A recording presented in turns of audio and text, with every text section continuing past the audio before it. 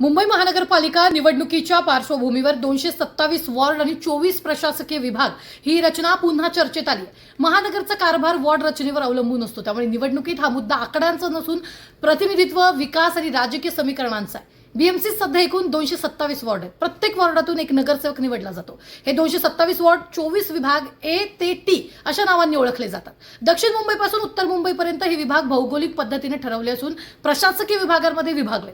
Ward रचनेचा थेट परिणाम निवडणुकीच्या राजकारणावर होतो. अनेक पारंपरिक मतदारसंघाची गणितं बदलू शकतात.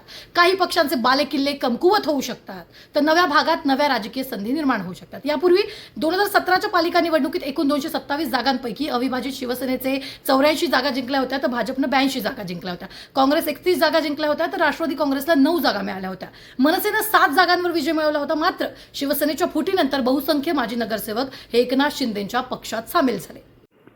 तर आता मुंबईत महायुतीचा महापौर बसवण्यासाठी ठाण्यात एक नंबरचा पक्ष असलेल्या शिंदेंना मुंबईत आपली ताकद वाढल्याचं सिद्ध करावं लागेल आणि तिथंच मित्रपक्ष भाजपला कोणत्याही स्थितीत बीएमसीवर सत्ता मिळवायची आहे. तर दुसरीकडे ठाकरे बंधूंची युती झाल्यानं निवडणुकीकडे संपूर्ण देशाचं लक्ष लागलंय.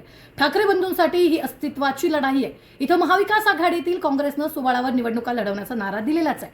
मात्र पक्षफुटी, नव्या आघाड्या, बदललेली राजकीय समीकरणं यामुळे यंदाची निवडणूक अधिक चुरशीची ठरणार आहे. त्यामुळे निवडणुकीचा प्रचार सुरू होण्यापूर्वीच अनाकोंडा, गांडूळ, साप, रहमान, डकेत, कोथळा अशा असंसदीय शब्दांचे प्रयोग सुरू झाले. येत्या काळात कोणता पक्ष आपली ताकद टिकवून ठेवतो, कोणाला धक्का बसतो आणि कोण बाजी मारतो हे येत्या काळात स्पष्ट होणार आहे. आणि याचे प्रत्येक अपडेट तुम्ही पहा माझ्यासोबत झी 24 तास.